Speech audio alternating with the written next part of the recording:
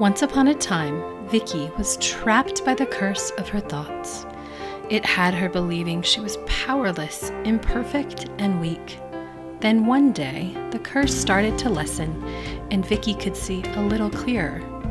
As each day passed, her thoughts improved until she broke free. She then began creating magic in her life. Now, Vicky is getting ready to marry her Prince Charming. This is her manifesting success story.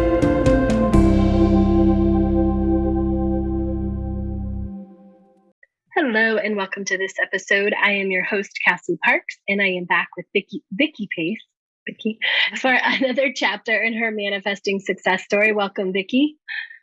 Thank you for having me. I'm so excited to catch up with you today. I'm really excited because I think you had to write out, which I love this, write out how to say your manifested total. So what is the total that we're celebrating? $446,914.65. Yay! How does that feel? So amazing. It's so freaking great. I love it. Yeah. I love it. You're not the only one. That's why it's like a big deal when I saw you write it out.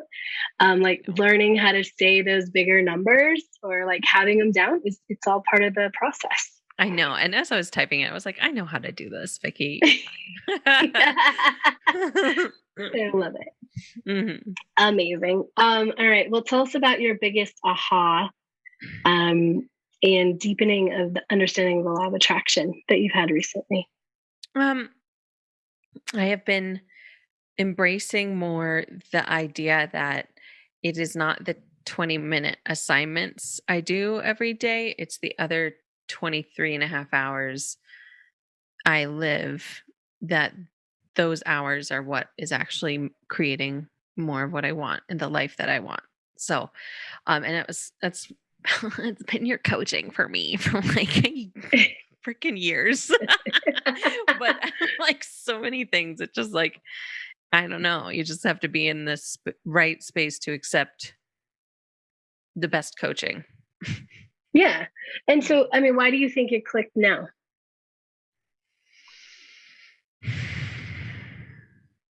I think I just am in a better place in terms of everything, but like also in terms of like LOA, like I just am, my mind has been opening up more and more to stepping into my coach self.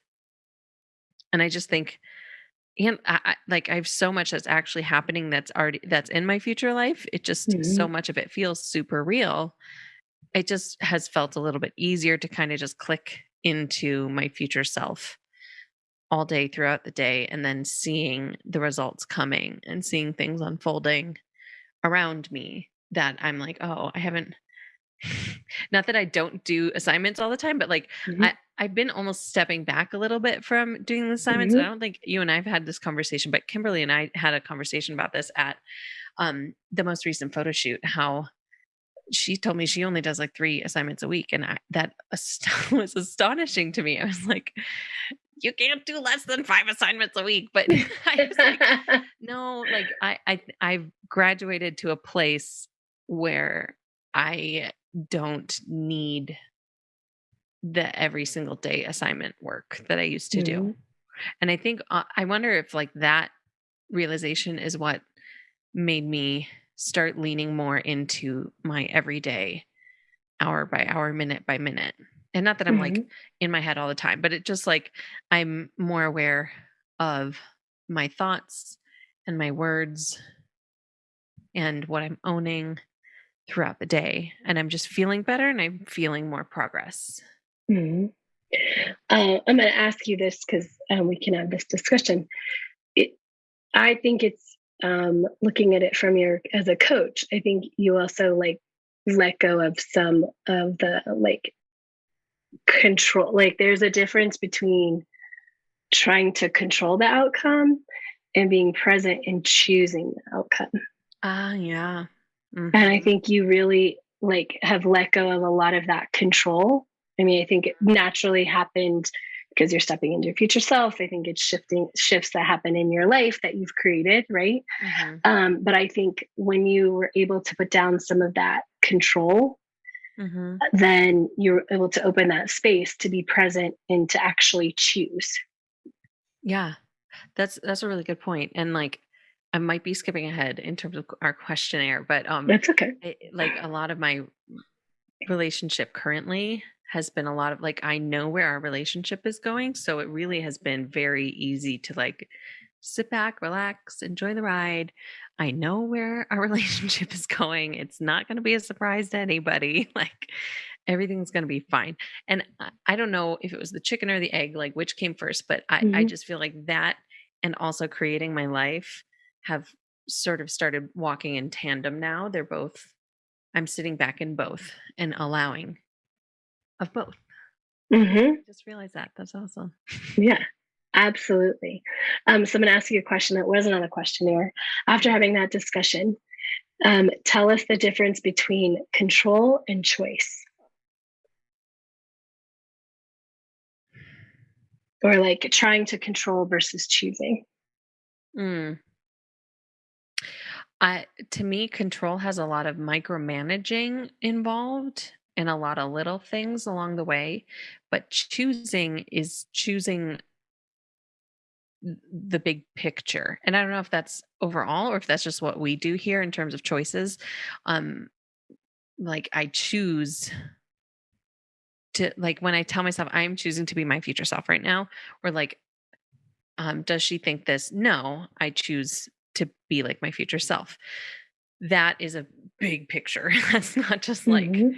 no, she thinks this. It's a big expansive feeling and um controlling is like manipulating and kind of white knuckling it and forcing and pushing what you think needs to happen and letting go and opening up to that bigger picture of um, trust that like you've spent the time you've created what you want your future life to look like.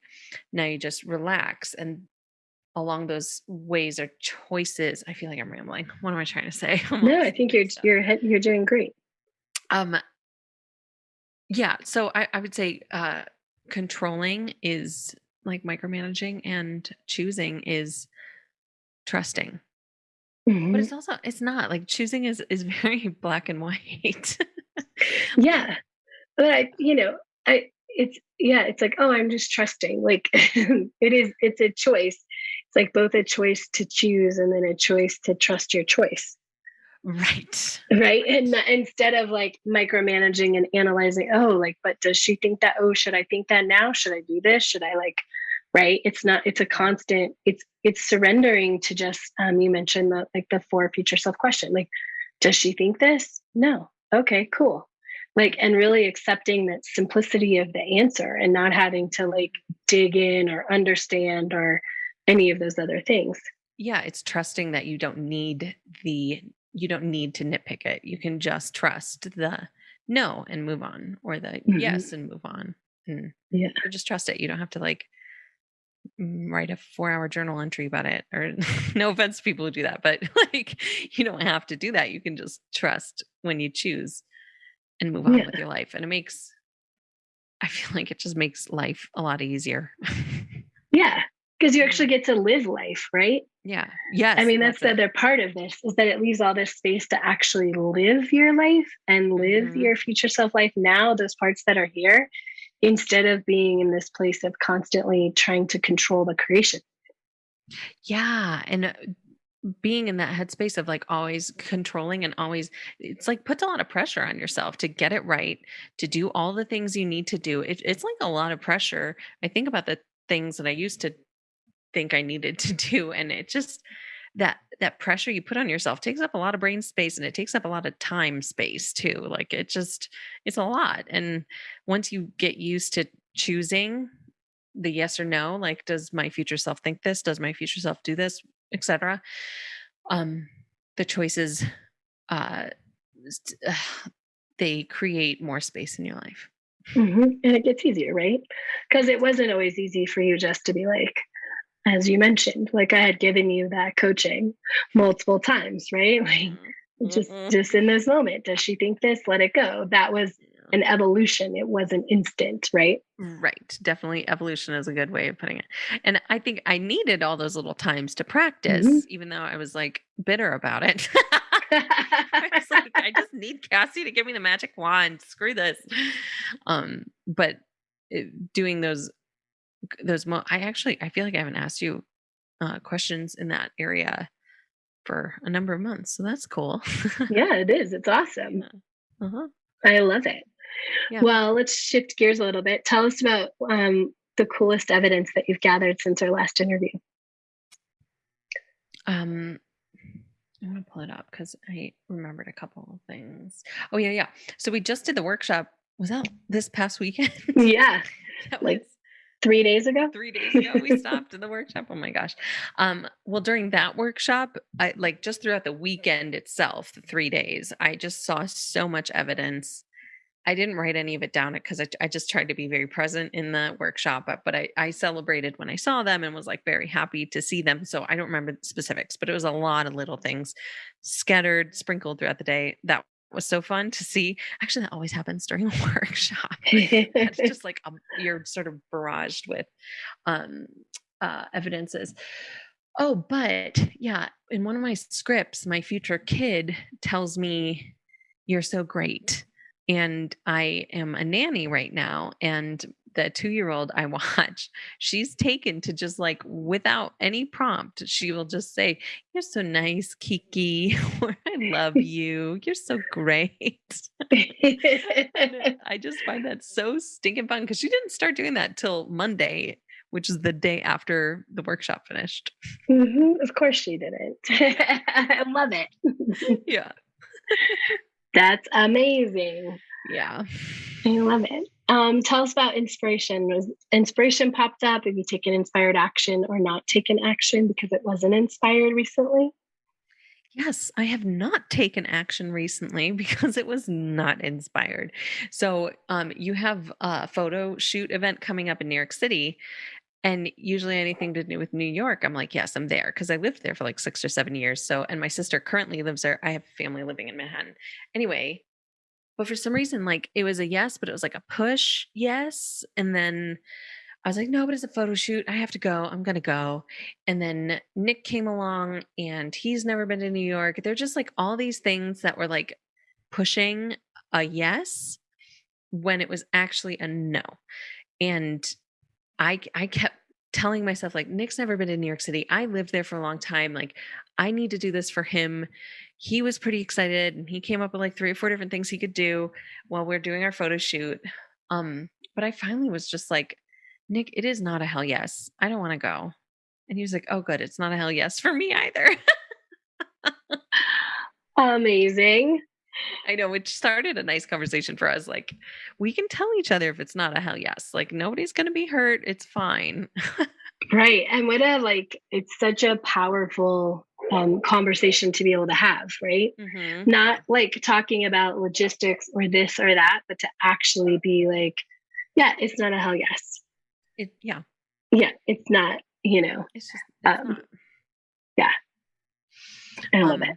yeah, and it's just fun. It's really great, super fun practice for future conversations we'll have.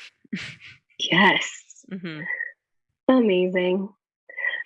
Speaking of Nick, what's the best manifestation you've had over the past few months? My engagement ring. Now hold the phone. I'm not actually engaged right now, but I know. I know. Well, I know. It's just for all of my raving fans. But I was inspired. I was having a conversation with my mother, and she was moving like to a different condo in the same city, and she was active like while I was on the phone with her, she was sort of organizing her jewelry, like packing it up. And as she was talking about her jewelry, I was like, "Oh, do you still have that ring?" My parents divorced long, like, gosh, long time ago. But I was like, "Do you still have the ring that you dad gave you from, forever ago?" And she was like, "Yeah, I do. I still have it. It's here." And I was like, "Oh, could I have it?" And she was like, "Oh, I would love that." And it's not something I've ever thought of in my life to like, I've never thought of that ring. I don't know. It was total inspiration. I was like, oh my gosh, that would be great. Can I please have it? And she was like, I would love that. So a couple months later, she came to Colorado because my cousin was getting married, big family gathering, and she had it and she got it freshly cleaned. It was beautiful. And I put it on and it perfectly fits. Like a glove, it fits both ring fingers. And at the time I just thought it would be like a nice family piece. I could just keep it as a nice jewelry piece. But then as Nick and I started talking about like actually getting engaged, I was like, I kind of want to use this ring that I got got from my mom. And he was like, yeah, that's fine. I mean, oh my God, he's so great. He's like, yeah, whatever you want, I'll do that. So, yeah, so I just need to get a couple of things fixed on it. Like she welded the rings together. So I'm going to, have them separated and give my sister the wedding band. I'm going to keep the engagement ring and it's beautiful and perfect. And I'm just so excited for that. I just love that I have never thought of owning that ring in my entire life. I forgot it existed until that random conversation with my mom. Yay, that's amazing. Yeah. I love it. And so speaking of engagement and rings, let's talk about the bouquet toss. You mentioned that you're at your cousin's wedding. So I would love if you share that story because it is amazing. Sure. I know. So, at weddings, there's like a bouquet toss, and the idea is that whoever catches the bouquet is the next person to get married or is like guaranteed to get married.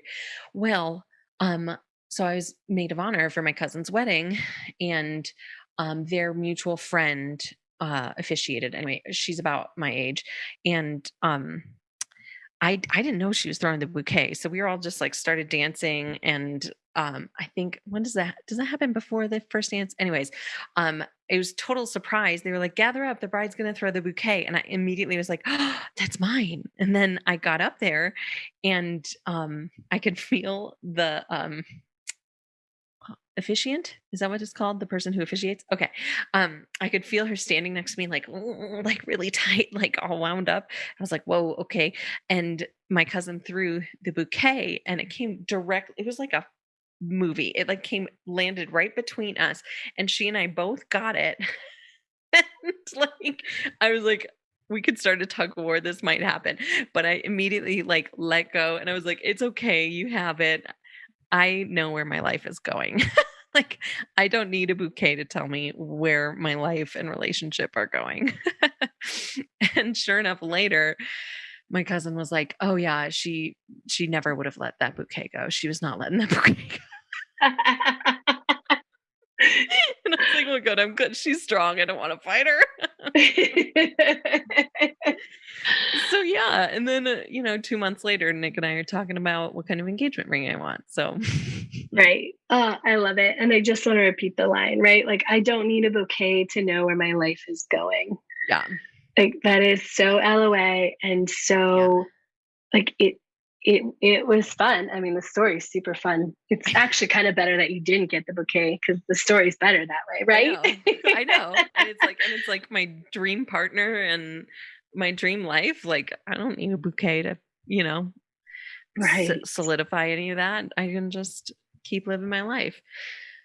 And I think it's a great metaphor too for other things, like Mercury retrograde, zodiac signs, all those little things. Like a lot of people who are into LOA are also into those things. And it's a nice reminder that like you can still just live and create the life you want, no matter what anybody else is telling you. Yes, any of these charts or anything. You can do exactly what you want. You can live the life you want. And I'm not saying if you have fun doing those things, who gives a shit? Like just do them, whatever. But that was very much it was very in flow that moment. I was like, it's okay, you have it, it's fine. And somebody got a video of it. So happy to see them. Did I show it to you at the photo? No. Oh my gosh, maybe I'll text it to you. But it's just, you can see my face and be like, it's fine, girl. Like, you need it. You need the bouquet. And she spent the rest of the night, she had her boyfriend was with her, she spent the rest of the night waggling her ring finger. It was so cute. Oh, that's awesome. My gosh. I love it. Mhm. Super fun. Well, it seems like the perfect title. Tell us what you would title this chapter of your manifesting success story. Fairy tales do come true. Yay. I mean, it's Mhm. pretty obvious, but tell us why anyway. Um, it's not just about my amazing partner, but like it's about the whole life that like this is and it's tricky because I did not imagine or want this kind of a life for myself 5 years ago, like when I started with you. Like this is not what I wanted. And not that I am by no means like making a compromise in my life right now. This is what I want 100% right now. And I it's a fairy tale in that like to others and probably to myself in the past, I would have thought it unattainable in like a fever dream, kind of like just something you dream up and you like visualize and then you like never really get. But I'm getting it. I'm living it right now. Oh, of course you are. Hmm. Amazing. As we kind of wrap up, I want to make sure because I really want to talk about this because I think it's important. Some coaching that you said like really made a shift was about health things. And so will you tell us that story and talk to us about that shift? Because I think it's so important.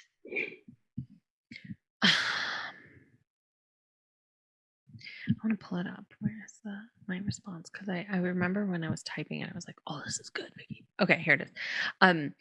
Yeah, you were giving coaching to another client in our group, and through that conversation, I think you and I had training immediately after, and I had an aha with you that I was like, I don't consider myself somebody with depression anymore, and I don't want to say that like I've healed myself. It's a miracle, but like it's and also I don't want to diminish anybody else's experience. Mm-hmm. If you have like you do you listen to your doctors, do what you got to do. But I have spent these last few years choosing a new story about my mental health, and that has equated to me seeing myself mentally and emotionally healthy. Mm-hmm. Hmm. Yes. Yay. Hmm.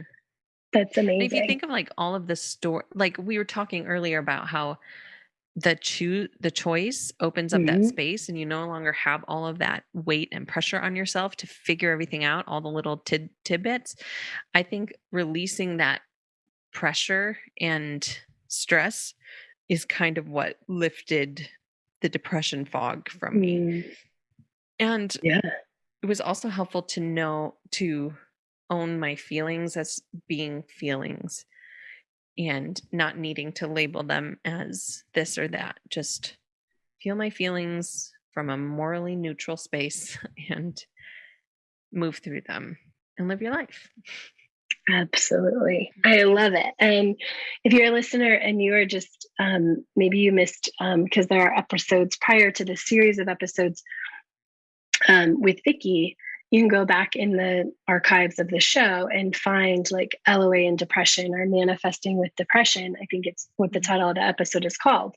And you can hear like where Vicky was and where you are now, because I think it's such a great example of we can choose and we don't want to diminish anything. I absolutely don't think we should go around telling people like, you could just choose your way out of this. Right. That's not Right. what I'm saying. Right. That's that's not going to help because it's all going to cause resistance and it's not going to feel good. First of all, because it's a judgment at that point. Yeah. If someone had told me Yeah. that 4 years ago, I would have been like, fuck you. Right. Instead, what we did was be where you are and realize like you can manifest with depression. Yeah. And you can keep creating. And what you did, because we didn't fight that, right? We're like, no, you can still manifest. You then could create this other life where your mental health looks 180 degrees different. Yeah. And like, it took a couple times with you, gosh, probably when I first started with you, but like of choosing to not quote unquote harp on it, like to focus on the work and not focus on whatever mental health things were happening. I took care of myself, of course, but there wasn't a lot of questions for you. Like I didn't ask you a lot of questions about it. And through that, I did a lot of just choosing more of the life I want and the person I want to be. And it's like we always talk about the starving the story. Like I starved the I'm depressed story by not giving it energy for years. And now I don't see myself as someone who's depressed. Yay! Mm-hmm. That's amazing. This has been such an amazing interview and catch up. Any other things on your heart or your mind that you want to make sure to share today? No. Yeah, no, that's it. Just loving life, living life. I hope everybody else is living amazing lives too. I love it. Thank you, Vicki. And thank you all for listening. Just for reference, we are recording this November 2nd, 2022. I don't think I said that. But thank you all for joining us today. Make sure to come back and check out what else is awesome in Vicki's life next time. The telling of stories is so powerful, both to the person telling it and the person receiving it. Since 30,000 BC, we as humans have told stories to teach and guide. And now we, with Manifesting Success Stories, hope to inspire you to what is possible in your own life. If you want more manifesting success, go to moremanifestingsuccess.com, where you'll find links to anything we've talked about on the show. Thank you for joining us today, and remember, you have the power to write your own happy ever after.